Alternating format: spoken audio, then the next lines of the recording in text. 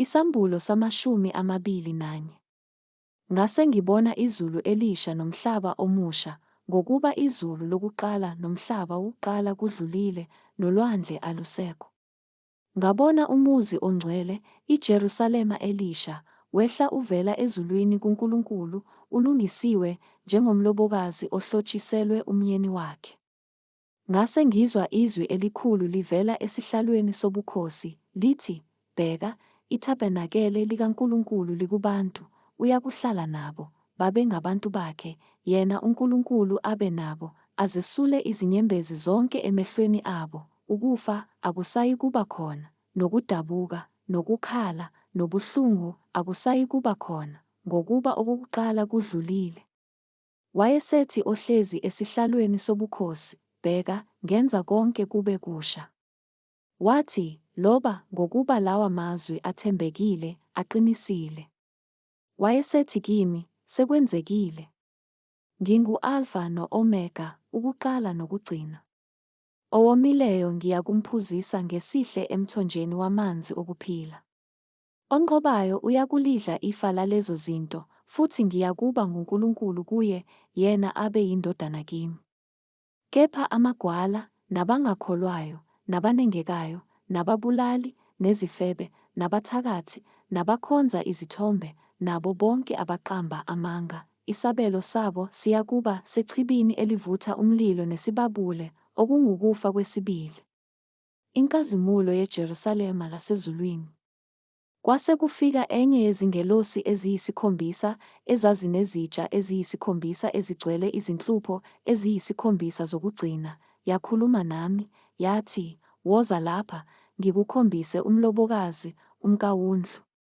Yamuka nami ngikumoya, yaya entabeni enkulu nephakemeyo, yangikhombisa umuzi ongcwele waseJerusalema wehla ezulwini kuNkulunkulu, unenkazimulo kaNkulunkulu.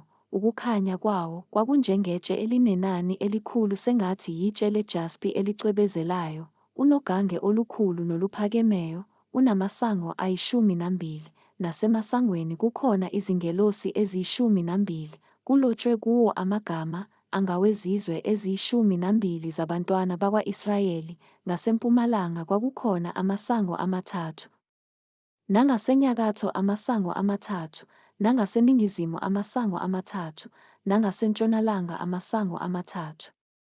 Ugange lomuzi lwalunezisekelo eziyi-12, naphezu kwazo amagama ayi-12 abapostoli abayi-12 bewundlu.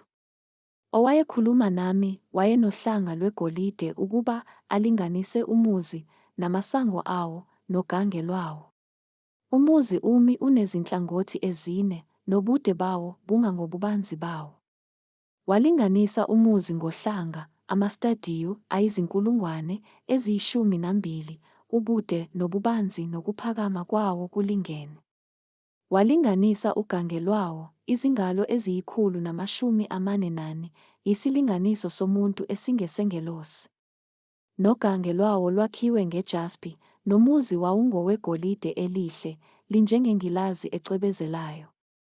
Izisekelo zogange lomuzi zivunulisiwe ngawo onke amatshe anenani elikhulu, isisekelo sokuqala siyijaspi, esesibili yisafire, esesithathu yikhalkedoni, esesine yisimaragidu, esesihlanu yisaridonikisi, esesithupha yisadiyu, esesikhombisa yikrisolithe, esesishiyagalombili yibherile, esesishiyagalolunye yithopazi, eseshumi yikrisoprasi, eseshumi-1 yihiyakinte, eseshumi-2 yi-amethiste. Amasango ayi-12 ayengamapharele ayi-12, yilelo nalelo sango ngalinye laliyipharele linye. Isitaladi somuzi sasiyigolide elicwengekileyo, linjengengilazi ekhanyayo.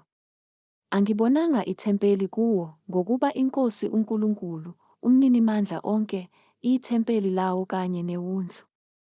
Umuzi awudingi ilanga nenyanga ukuba kukhanye kuwo, ngokuba inkazimulo kaNkulunkulu iyawukhanyisa, nesibani sawo siyiwundlu. Izizwe ziyakuhamba ekukhanyeni kwawo, namakhosi omhlaba aletha kuwo ubukhosi bawo, namasango awo awasoze avalwa emini, ngokuba ubusuku abuyikuba khona lapho, bayakuletha ubukhosi nodumo lwezizwe. Akusoze kwangena lutho olungcolileyo kuwo nowenza amanyala namanga, kuphela abalotshiwe encwadini yokuphila yeWundlu.